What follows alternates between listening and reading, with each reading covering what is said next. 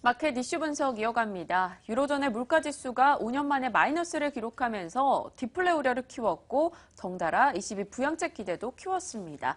어떤 식으로 전략을 짜봐야 되는 것인지 이야기 나눠보도록 하죠. 이 이슈 좀 자세히 전해주시죠. 네, 일단 마이너스 0.2%의 성장을 기록하면서 5년 만에 최저 성장을 보여줬는데요. 하지만 유가를 제외한다면 근원 물가는 여전히 0.7%의 성장을 보여줬습니다. 어떻게 좀 해석을 하면 좋을지 오늘도 MTN의 김정을 연구위원 모시고 이야기 나눠보도록 하죠. 위원님. 네, 일단 우리가 가장 좀 주목해봐야 되는 것은 이러한 디플레의 시사점이 무엇인가를 좀 봐야 될 것 같습니다. 디플레라고 하는 것이 물가가 떨어진다라는 것인데 이 물가가 떨어지는 원인이 있겠죠. 근본적으로는 유로존에서는 여러 가지 원인이 겹쳐져 있지만 일단은 수요가 부족하다라는 것이 가장 중요한 원인으로 판단해 볼 수가 있겠고요. 그 수요 부족 속에서 또 하나 나타나고 있는 것은 그나마 미국이 좋아진 게 뭡니까? 기존에 이제 우리가 흔히 얘기하는 굴뚝산업 쪽에서는 셰일가스라고 하는 혁신이라고 하기까지는 조금 모호하지만 어쨌든 신기술이 나와서 그와 관련된 투자가 늘어난 것이고요. 또 구글, 애플을 비롯해서 신기술주들의 투자가 또 증가하는 모습이 있었고요. 또 이쪽을 가기 위한 이 스타트업 기업들이 실리콘밸리를 중심으로 엄청나게 투자가 많이 되고 또 활성화되었다라는 점.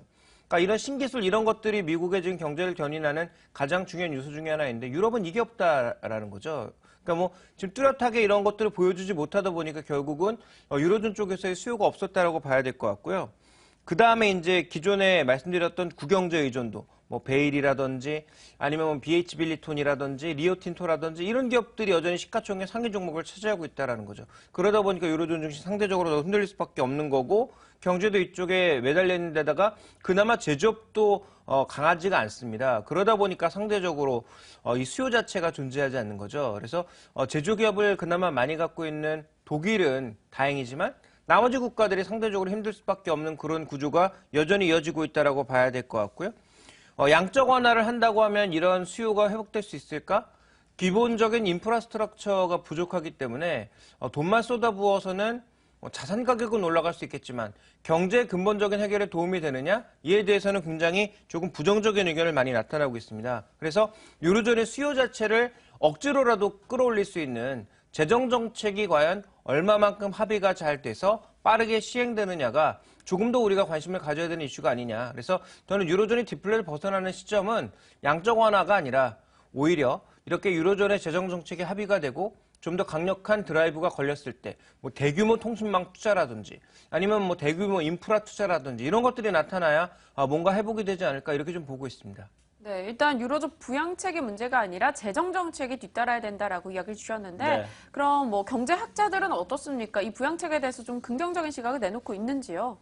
아닙니다. 경제학자들도 대부분 자산 가격의 일부 상승 가져올지 모르나 전체적으로 이 대책 자체가 유로존의 회복에 도움이 된다라고 보는 그런 전문가는 없습니다. 일단 우리가 좀 준비된 그림 하나 좀 볼까요? 그동안 유로존도 꾸준하게 진짜 아주 공격적으로 미국처럼 QE를 한 건 아니었지만 LTRO를 통해서 아니면 OMT 프로그램 같은 것들을 통해서 꾸준하게 양적 완화를 시행했습니다. 그런데 기업 측면, 가계 측면의 대출 동향을 지금 보시면 지난 2010년 이후로 크게 증가하지 않았다라는 거죠. 그만큼 저금리에 많은 돈을 쏟아 부어줬지만 결국은 민간으로 자금이 나가지 않았다라는 게 핵심이고요. 자, 이번에도 뭔가 대책을 취했는데 과연 기업이나 가계 쪽으로 돈이 나갈까에 대해서는 회의적이라는 거죠. 그래서 이런 양적 완화 자체가 디플레를 막아준다라고 보는 것은 조금 어렵지 않나라고 경제학자들도 보고 있고 실제 지표로도 확인이 되고 있는 만큼 이번에는 뭔가 파격이 필요하다라는 것입니다. 자, 그러한 파격이 나올지 여부를 아직까지는 알 수 없기 때문에 ECB의 대책 자체가 뭐 글로벌 증시의 하락을 잠깐 막아줄 수 있고 또 뭐 잠깐 반등을 일으켜줄 수 있는 요소는 될 수 있어도 근본적인 해결책은 되지 않는다라는 그런 얘기가 끊임없이 나오고 있는 것입니다. 네, 그런데 지금 유로존에서 압박하고 있는 문제가 뭐 물가도 있지만 또 그렉시트에 대한 우려도 있습니다. 네. 크레디트 스위스에서도 그렉시트만 없었어도 유로존 경기는 좀 더 나아질 수 있겠다라는 전망을 내놓기도 했었는데요. 그렉시트에 대한 우려에 대해서는 또 어떻게 해석을 하는 게 좋을까요? 빚쟁이죠. 대표적인 유럽의 빚쟁이입니다. 물론 그리스 하나 망한다고 해서 세계 경제 망하는 거 아닙니다. 다만 그리스가 만약에 정말 유로존을 빠져나오게 되면 유로 결제 시스템 자체가 흔들리는 것이고요. 유로존은 전체의 돈을 모아서 하루 단위로 결제를 하고 그것을 다시 재분배하는 그런 결제 시스템 과정이거든요. 이 자체가 무너진다라는 건 단기적으로 금융시장에 엄청난 혼란을 가져올 수 있다라는 거죠. 그래서 이와 관련된 우려를 우리가 지금 하고 있는 건데 준비된 그림을 보시면 지금 그리스가 갖고 있는 정부의 채무 잔액은 굉장히 다양한 곳에 두고 있습니다.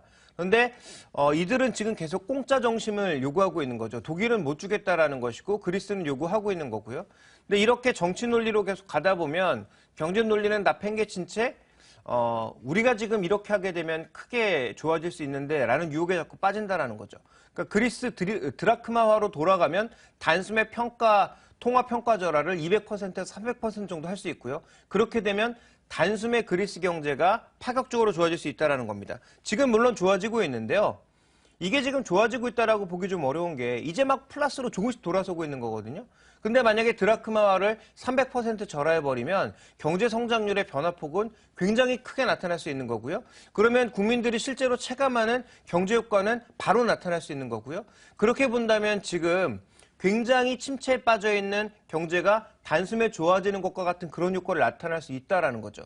그러니까 지금 아베노믹스가 그나마 인정받고 있는 이유가 그거고요. 과거에는 아주 미동도 없었는데 지금 뭔가 조금씩이라도 움직이고 있다라는 거죠. 거기에 지금 일본 국민들은 그나마 반응을 하고 있는 거거든요. 만약에 정치인들이 그런 유혹에 빠지게 되면 지금 뭐 경제학자들, 뭐 애널리스트들이 보고 있는 이런 논리랑은 전혀 상관없이 자기들 마음대로 나갈 수 있다라는 거죠. 그래서 이 부분이 이제 가장 최대 리스크라고 저는 판단을 하고 있고 또 하나 지금 많이 우리가 안심하고 있는 게 그리스 국채금리 올라가지만 남유럽 국가들은 별로 그렇지 않다. 스페인이나 이탈리아는 계속 하향하고 있지 않느냐라는 이런 얘기로 이제 많이 위무를 하고 있는데요. 저는 이것도 착각이라고 보고 있습니다. 과거에 그리스와 이탈리, 스페인이 같이 갔던 것 자체가 말이 안 됐던 거죠. 그래서 그리스는 그때 나라가 망하느냐 마느냐 위기였지만 실제로 이제 스페인이나 이탈리는 그 정도는 아니었거든요. 근데 이제 그때는 워낙 상황이 다급하다 보니까 다 같이 올라갔던 거고 지금 현재 구간에서는 오히려 스페인이나 이탈리가 디플레를 반영하면서 저렇게 내려가고 있는 것 자체가 오히려 부담스러운 요인이고요. 그래서 지금 그렉시트 자체의 문제는 계속 정치 논리로 흘러가는 것이 가장 최대의 리스크다. 정치 논리로 흘러가게 되면 예측 불가능이다. 그때는 뭐 경제학자들의 전망이나 이런 것들이 싸그리 모두 소용이 없다라는 거죠. 그래서 과연 이번에 그렉시트 문제를 어떻게 해결해 나갈지, 물론 시리자가 집권한 것도 아니고 시리자가 어떤 정책을 쓸지도 내놓은 것이 아니기 때문에 먼저 이렇게 얘기하는 것 자체가 의미 없을 수도 있겠습니다만 어쨌든 중요한 것은 계속 정치 논리로만 흘러가느냐. 저는 이 부분에 계속 핵심을 가지고 이 시간을 통해 살펴드리겠습니다. 네, 경제 상황에 대해서 정치 논리를 좀 배제하고 객관적인 시각으로 계속해서 정보 전달과 전략을 고민해 보겠습니다. 네. 이와 같은 유로존의 변수들, 그렉시트나 유로존의 부양책 이슈들을 전반적으로 놓고 봤을 때 투자 전략을 어떻게 가져갈지가 관건일 것 같습니다. 어떤 내용으로 채워볼까요? 네, 이미 뭐 11월 달 말, 12월 초부터 1월 달에는 이 ECB 회의를 기점으로 터닝이 나와야 된다. 근데 그 터닝의 조건은 파격적인 조건이 나와야 된다라고 말씀을 드리고 있습니다. 전 일관되게 그 말씀을 여전히 드리고 싶은데요.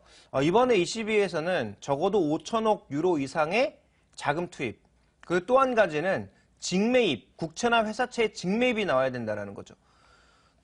만약에 5천억 정도의 5천억 유로 정도의 돈이 나오고 직매입이 아닌 기존에 이제 가지고 있는 뭐 LTR와 비슷한 뭐 국채 매입해서 은행권이 갖고 있는 국채 매입해서 니들이 이제 민간에 대출해주라. 이런 방법으로는 안 먹힌다라는 거죠. 아까도 이제 그림으로 분명히 확인시켜 드렸습니다. 그 방법을 벌써 4년째 쓰고 있는데 민간으로 대출이 안 된다라는 거죠. 그러니까 민간으로 대출이 안 되니까 ECB 돈으로 직접 채권을 사버려라. 그래서 그 돈이 민간으로 직접 흘러 들어가게 해라. 이런 파격적인 대책이 나오지 않는다면 글로벌 시장에 미치는 영향은 굉장히 제한적일 수 있다라는 것을 다시 한번 강조드리겠고요. 지금 준비된 이제 그림 하나 보시면 기축통화국들의 중앙은행 자산이 늘어날수록 글로벌 증시도 늘었는데요. 이 효과는 줄어들 겁니다. 왜냐하면 미국이 줄이고 있기 때문이고요. 그 관점에서 본다면 과거처럼 이렇게 기축통화국들이 자산을 늘리니까 앞으로 주식시장도 끊임없이 올라갈 거야라는 그런 논리는 점점 약해질 수밖에 없다라는 점도 더불어서 말씀드리겠습니다. 네, 이렇게 해서 유로존에 대한 이야기까지 모두 다 함께 해봤는데요. 네. 저는 좀 긍정적이지는 못한 것 같아요. 네, 이런 가운데서 이제 종목 이야기를 좀 해보도록 하겠습니다. 미국의 컨텐츠 기업도 그렇고 우리나라의 컨텐츠 기업도 그렇고 주가가 최근 들어서 좀 빠지는 양상이 보이고 있습니다. 네. 이 부분들에 대해서 어떻게 보고 계십니까? 명확한 것은요. 기존 강자들이 약해지고 있고 새로운 강자가 떠오르고 있다는 것을 주목할 필요가 있습니다. 먼저 미국의 주가 몇 가지를 좀 볼까요? 준비된 그림을 보시면 CBS인데요. 다른 컨텐츠 기업과는 달리 미국의 이제 대표적인 미디어 그룹이라고 볼 수 있는 CBS의 주가는 굉장히 좋지 않은 상황입니다. 원래도 좋지 않았고요. 최근에도 좋지 않은 상황입니다. 무엇을 의미하느냐? 기존의 지상파 쪽, 기존의 이제 방송의 헤게모니, 광고 쪽의 헤게모니를 갖고 있었던 기업들은 계속 부진하다라는 거죠.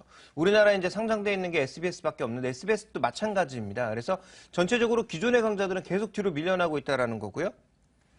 20세기 폭스사가 최근에 이제 주가가 많이 폭락하고 있는 상황입니다만 장기 추세를 놓고 보면 주가가 나쁘지 않습니다. 그리고 타임워너 같은 경우에도 지금 현재 그 주가가 조정을 받고 있지만 전체 추세를 놓고 보게 되면 그렇게 나쁘지가 않고요. 디즈니 같은 경우도 마찬가지죠. 최근에 좋지 않지만 전체적인 추세는 나쁘지 않고요. 넷플릭스 마찬가지, 그다음에 훌루를 비롯한 최근에 OTT 기업이라고 하는 이런 기업들의 전체적인 주가의 동향이나 아니면 산업 동향 자체가 나쁘지 않다라는 거죠. 무슨 얘기를 하고 싶은 거냐? 기존의 광고 플랫폼, 돈줄을 잡고 있었던 미디어 그룹들은 점점 약해지고 있고요. 반대로 새로운 기업들, 그 영화 콘텐츠가 되었든 아니면 OTT 중심이 되었든 이렇게 새롭게 변화하는 환경, 변화하는 플랫폼에 맞춰 나가고 있는 기업들의 주가가 상대적으로 좋다라는 것을 우리가 가장 먼저 중요하게 살펴봐야 될 것 같고요. 그다음에 21세기 폭스가 최근에 특별한 이슈도 없는데 왜 조정을 받고 있느냐? 미디어 기업들의 4분기 실적이 일단 조금은 기대치를 하할 가능성이 있다라는 점과 또 하나 폭스사는 영화사만 갖고 있는 게 아니죠. 그 외에 다양한 그런 채널들, 미디어 채널들을 갖고 있는데요. 그런 미디어 채널들 쪽에서 구경제 쪽에 속해 있는 쪽의 약세가 결국은 주가의 발목을 잡고 있는 것이 아니냐 이렇게 봐야 될 것 같습니다. 그래서 전체적인 컨텐츠 미디어 기업들의 핵심은 뭐냐면 기존의 강자가 약해지는 가운데 새로운 강자들이 떠오르고 있다. 이 산업의 판도가 조금 바뀌고 있다는 점을 가장 주목해 볼 필요가 있습니다. 네, 국내에서는 그럼 새로운 강자로는 CJ ENM 꼽아볼 수가 있습니다. 그런데 주가 흐름은 최근 들어서 좀 주춤하는 양상인데요. 여러 가지 트렌드나 게임, 영화 부분에서는 빠르게 이동을 하고 있는데 왜 이렇게 주가가 따라가지 못하는 걸까요? CJ ENM은 제가 내부자가 아니기 때문에 정확한 정보는 알 수 없지만 가장 이제 주가가 약할 수밖에 없는 건 수익성이죠. 도대체 그 정도 수익률, 그 정도 시청률에, 그 정도 콘텐츠 장악력에 왜 수익률이 뉴라든지 아니면 다른 미디어 기업들의 절반도 안 나오느냐? 도대체 너희가 그 수익성을 내는 이유가 뭐냐? 투자를 그렇게 많이 하느냐? 인건비가 비싸냐? 그 부분이 이제 가장 문제가 되고 있는 건데요. 준비된 그림을 보시면 CJ ENM의 핵심은 뭐냐면 중국 진출입니다. 근데 중국 진출을 과거처럼 멍청하게 중국에다 직접 회사를 만들어서 하는 것이 아니라 최근에는 협약 형태로 가고 있죠. 그러니까 중국에도 정말 수많은 그런 이제 방송 사들이 있는데요. 그런 방송사들과 함께 협업 형태로 가고 있고 아니면 방송의 포맷을 판매하는 형태로 가고 있다는 거죠. 근데 비아컴 같은 경우에도 결국은 처음에 음악 진출했다가 방송의 컨텐츠 그 형태를 팔았다가 지금은 이제 영화 쪽으로 진출하면서 이익이 계속 늘고 있는 상황인데요. CJ ENM이 최근 텐센트와 함께 똑같은 그런 그림으로 가고 있다는 거죠. 그러니까 그런 측면에서는 저는 장기적으로 분명히 매력이 있다라고 보고 있고요. 국내만 하고 있는 기업보다는 어쨌든 중국과 같이 가고 있는 기업들에 대한 투자가 필요하다라는 관점에서 CJ ENM은 매수 관점으로 말씀을 좀 드리고 싶습니다.